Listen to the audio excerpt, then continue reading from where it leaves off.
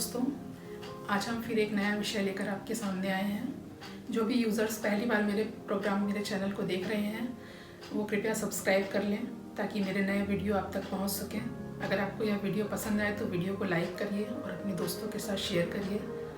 तो जैसा कि शादियों विवाहों का सीज़न चालू हो चुका है और हर एक युवक युवती इस समय अपने विवाह को लेकर बहुत ही एक्साइटेड रहते हैं कि उनकी शादी कहाँ होगी, किस तरफ होगी, उनका जीवन साथी कैसा होगा और उनका वैवाहिक जीवन किस तरह का होगा।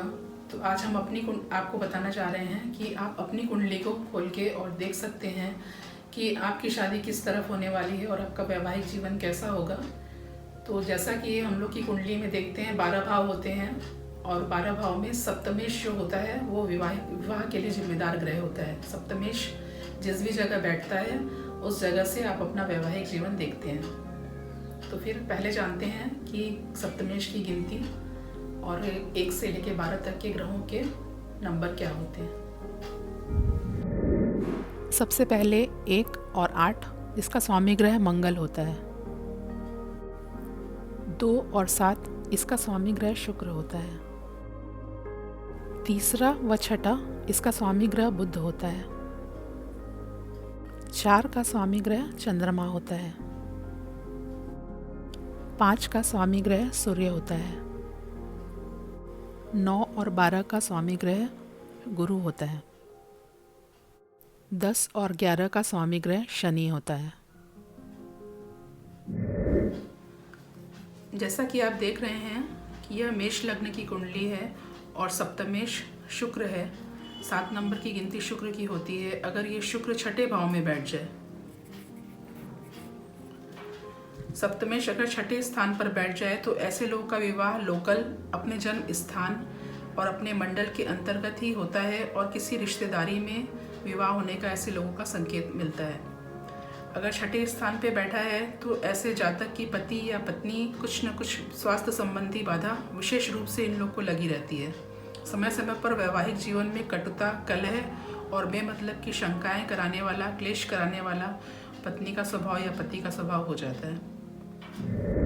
तो अब देख रहे हैं कि जैसे सप्तमेश शुक्र अगर 7वें स्थान पर ही बैठा हो, तो सप्तमेश अगर 7वें स्थान पर बैठा हो और यह शुभ ग्रह है, जैसे शुक्र शुभ ग्रह की श्रेणी में आता है, तो ऐसे जातक की पत्नी बुद्धिमान, सुशील, वैवाहिक जीवन को सुखमय बनाने वाली होती है।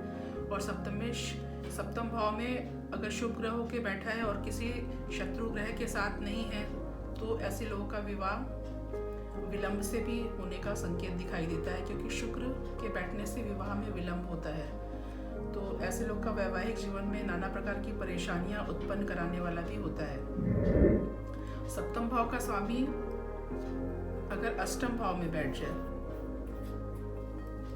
7 नंबर की गिनती है, शुक्र अगर यहाँ पे इस भाव में बैठ जाए तो ऐसे लोगों का विवाह अपने जन्म स्थान से दूर अष्टमेश की दिशा में होता है। जैसे हम लोग पूरब, दक्षिण, पश्चिम, उत्तर, जैसे मेष, वृष, मिथुन, कर्क, इस तरह पूरब, दक्षिण, पश्चिम, उत्तर की तरह दिशाओं का भी ज्ञान दिया जाता है, जो कि हम नेक्स्ट वीडियो में कभी आपको बताएंगे कि दिशा किसे कहते हैं। तो ऐसे लोगों का विवाह अष्टमेश की दिशा जिधर होती है उधर होता है। और ऐसे जातक का विवाह 28 वर्ष की उम्र के पहले नहीं होता है। 30 से भी ज़्यादा का भी कभी समय हो जाता है। और अगर सप्तम भाव का स्वामी अगर यहाँ बैठ जाए, ये है 9वां भाव। 9वां भाव में बैठने से ऐसे लोगों का विवाह धर्म की नगरी में विशेषकर होता देखा गया है। और ऐसे लोगों के विवाह के पश्चात पत्नी या पति का विशेष रूप से भाग्योदय होते देखा गया है। कहने का तात्पर्य है कि किसी कन्या की कुंडली में अगर सप्तमेश अगर भाग्य के स्थान पर बैठा है तो उसका विवाह के पश्चात उन्नति और परम भाग्यवान भी वो सिद्ध होती है। इसके साथ साथ सप्तमेश अगर 9वें भाव में बैठे तो धार्मिक नगरी में भी ऐसा विवाह होते देखा गया है, जैसे काशी हुआ, हरिद्वार हुआ, इस तरह की धर्म की नगरी में। सप्तमेश अगर 10वें भाव में बैठ जाए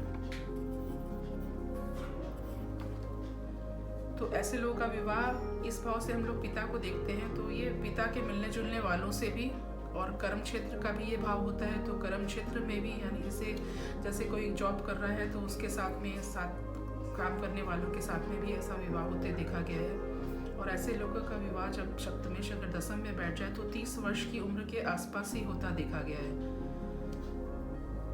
कभी कभी लड़का या लड़की जिस कैरियर में काम कर रहे हैं करते करते कर्म क्षेत्र के सहयोगियों से भी विवाह होते देखा गया है। सप्तमेश अगर एकादश भाव में बैठ जाए तो ऐसे जातक का विवाह 28 वर्ष के पहले नहीं होता है और जन्म स्थान से दूर विवाह होने का एकादश की दिशा की तरफ होता देखा गया है। एकादश स्थान जैसे अगर कुंभ राशि का है तो ये पश्चिम दिशा होने का संकेत देता है। सप्तम भाव में का स्वामी अगर द्वादश भाव में बैठ जाए तो ऐसे लोगों का विवाह जन्म स्थान से दूर कभी कभी देश विदेश में भी विवाह होने का संकेत देखा गया है, क्योंकि इस भाव से हम लोग विदेश भी देखते हैं। और ऐसे लोगों का विवाह 30 वर्ष के बाद ही होता देखा गया है। और अगर लड़की की कुंडली है तो उसका पति अगर लड़के की कुंडली है तो उसकी पत्नी विशेष रूप से शरीर की रोगी भी देखा गया है, क्योंकि ये मार्केश का भी भाव होता है और वैवाहिक जीवन में कुछ न कुछ कमी बनी रहती है।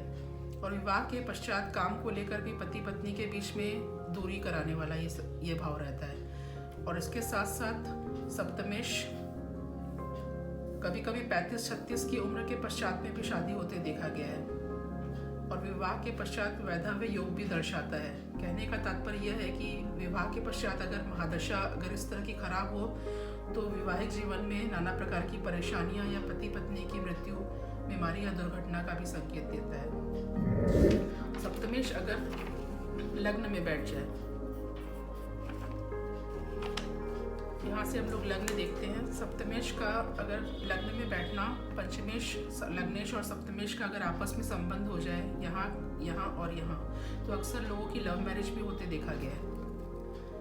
और विवाह अपने जन्म स्थान के अंतर्गत इच्छानुकूल पत्नी गुणवती, सुशील, पढ़ी लिखी और सुकर्मी होती है। पति या पत्नी जिसका भी कुंडली में इस तरह का भाव देखा गया है। और सप्तम भाव का मालिक यदि द्वितीय स्थान पे बैठ जाए यहाँ पे, तो ऐसे लोगों का विवाह स्थान अपने जातक के आसपास ही होता है। कहने का मतलब है कि नज़दीक में 100-150 किलोमीटर के अंतर्गत में भी विवाह होता देखा गया है। और विवाह 24 से 25 साल की उम्र में हो जाता है। यदि किसी पाप ग्रह से दृष्ट न हो द्वितीय स्थान का तो 27-28 भी कभी कभी शादी करा देता है। 25 से लेकर 28 के बीच में शादी हो जाती है। लगभग 100 से 150 किलोमीटर की दूरी में ही ससुराल होता है उसका। और अगर सप्तमेश अगर तृतीय स्थान पर बैठ जाए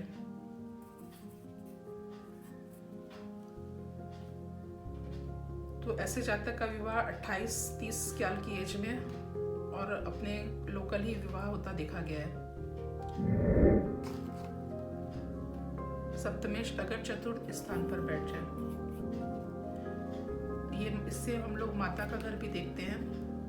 तो ऐसे लोग का विवाह माता से मिलने जुलने वालों के से और लोकल और किसी जाने पहचाने घर में, जैसे मामा और मौसी, इस तरह के परिवार में भी शादियों का होते देखा गया है। और विवाह 30 साल की एज में लगभग हो जाता है। सप्तमेश अगर पंचम भाव में बैठ जाए